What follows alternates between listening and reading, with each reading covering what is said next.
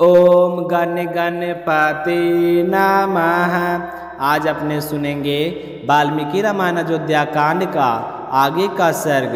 भगवान श्री राम का आशीर्वाद पाने के लिए इस सर्ग को पूरे ध्यान पूर्वक एकाग्र होकर पूरा सुने। बोलिए गणेश जी भगवान की जय हो। बोलिए सियावर रामचंद्र भगवान की जय हो। श्री राम दरबार की जय हो। तो अगर आप अभी तक अशोक वेदा चैनल को सब्सक्राइब नहीं किए तो कर लीजिए, ताकि श्री राम कथा का यह दिव्य प्रवाह निरंतर आपके जीवन को अलौकिक करता रहे। सिंगरपीरपुर में गंगा जी के तट पर भरत जी ने रात्रि में विश्राम किया था। सुबह काल जैसे ही अरुणोदय हुआ तो भरत जी ने अपने छोटे भाई शत्रुघ्न को स्नेह से कहा, हे शत्रुघ्न उठो, भोर होने वाली है, तो निषाद राजगुरु को बुलाओ। वही हमारी इस विपदा की घड़ी में सच्चे मित्र हैं, वही हमें गंगा जी के पार पहुंचा सकते हैं। तो शत्रुघ्न ने नेत्र खोले और मुस्कुराकर कहा, भैया मैं सोया कहाँ था, मैं भी आपकी तरह श्री राम के स्मरण में ही रात भर जागता रहा। नींद तो उस भाई को भला कैसे आए जिसका हृदय राम वियोग में तड़प रहा हो। इसी बीच निषाद राजगुरु वहाँ स्वयं आ पहुँचे और हाथ जोड़कर विनम्र स्वर में बोले, राजकुमार रात आराम से बीती तो होगी, किसी प्रकार की असुविधा तो नहीं हुई, आपका स्वास्थ्य तो ठीक है ना। तो भरत जी ने स्नेहपूर्वक उत्तर दिया, हे निषाद राज, तुम्हारे आतिथ्य से हम अत्यंत सुख मिलें। अब कृपया करके ऐसी व्यवस्था करो कि तुम्हारे मल्हा हमारी सेना को गंगा पार पहुंचा दे। तो वो तुरंत अपने नगर पहुंचा और अपने भाई बंधुओं को पुकार कर बोला, उठो रे वीरो, सुबह हो गया, आज हमें भरत राज की सेना को गंगा पार उतारना है। अपनी अपनी नौकाएं तैयार करो, आप घाट पर ले जाओ। तो क्षण भर में 500 नौकाएं एकत्रित हो गई। कहीं स्वर्ण अलंकरण वाली नावें थी, कहीं स्वास्तिक चिन्ह से सुशोभित विशाल नौकाएं थीं।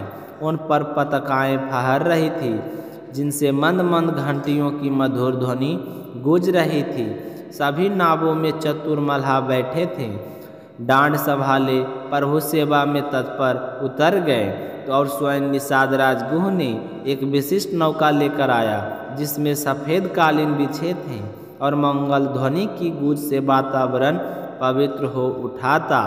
सबसे पहले गुरुजनों और ब्राह्मणों को उस नौका में बैठाया गया।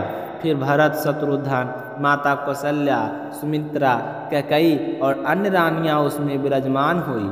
अन्य नौकाओं में राजमहल की स्त्रियां रथ, घोड़े, हाथी, रत्न और शास्त्र सामग्री ला दी गई।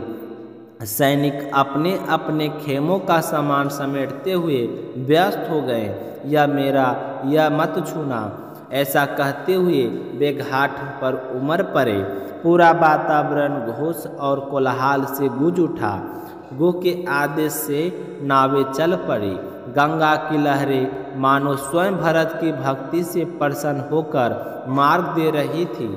वही केवल स्त्रियां बैठी थीं, कहीं रथों पर सवार घोड़े, कहीं हाथी जल में उतरते हुए पर्वतों से लगते थे। कुछ सैनिक तो कलशों, बड़े बेरों और अपने बल से उतरते हुए पार जाने लगे। इस प्रकार कुछ ही समय में गंगा पार हो गई।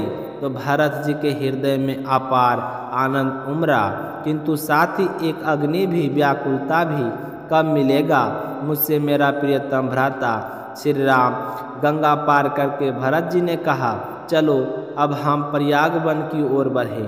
आदेश मिलते ही सेना, रथ, हाथी, नगरवासी सब प्रयाग की दिशा में चल पड़े। वन में पहुंचकर भरत जी ने सबको विश्राम दिया और स्वयं ऋत्विजों और तथा सभासदों के साथ महर्षि भरद्वाज के दर्शन के लिए प्रस्थान किया। मार्ग में वह रमणीय वन देखकर श्री राम के स्मरण में डूबे हुए थे। उनके हृदय में कई विचार उठ रहे थे। क्या मेरे राम मुझे देखकर प्रसन्न होंगे? कहीं वे यह ना सोचे कि मैं भी लोभ में आया हूँ। कहीं वे ना मान ले कि मैं भी माता कैकेयी को उकसाया होगा। फिर स्वयं को समझाते, नहीं, मेरे भ्राता तो धर्म के सागर हैं, उन्हें मेरे पर संशय नहीं होगा। वो जानते हैं कि भरत का हृदय राम का ही अधीन है। तो भरत की आंखें झलक उठी। यदि श्री राम ने मेरा कहा मान लिया होता तो पिता श्री दशरथ आज जीवित होते और अयोध्या में मंगल उत्सव का आलोक होता। ऐसे ही श्री राम वियोग में डूबे हुए भरत जी चल पड़े और अपने चल मंगल उत्सव का आलोक होता। ऐसे में भरद्वाज का दर्शन किया। क्या महर्षि ने भरत के हृदय में व्यथा जानी और क्या उन्होंने श्री राम के वनवास का मार्ग बताया, यह सब जानेंगे कल के सर्ग में। तो प्रेम से बोलिए सियावर रामचंद्र भगवान की जय हो, हनुमान जी महाराज की जय हो, श्री राम दरबार की जय हो। अगर आप पूरा रामायण का सर्ग सुनना चाहते हैं तो इस चैनल को सब्सक्राइब जरूर कर दें। इस चैनल पर पूरे रामायण का सर्ग इस चैनल पर आप लोगों के लिए प्रस्तुत किया जाएगा।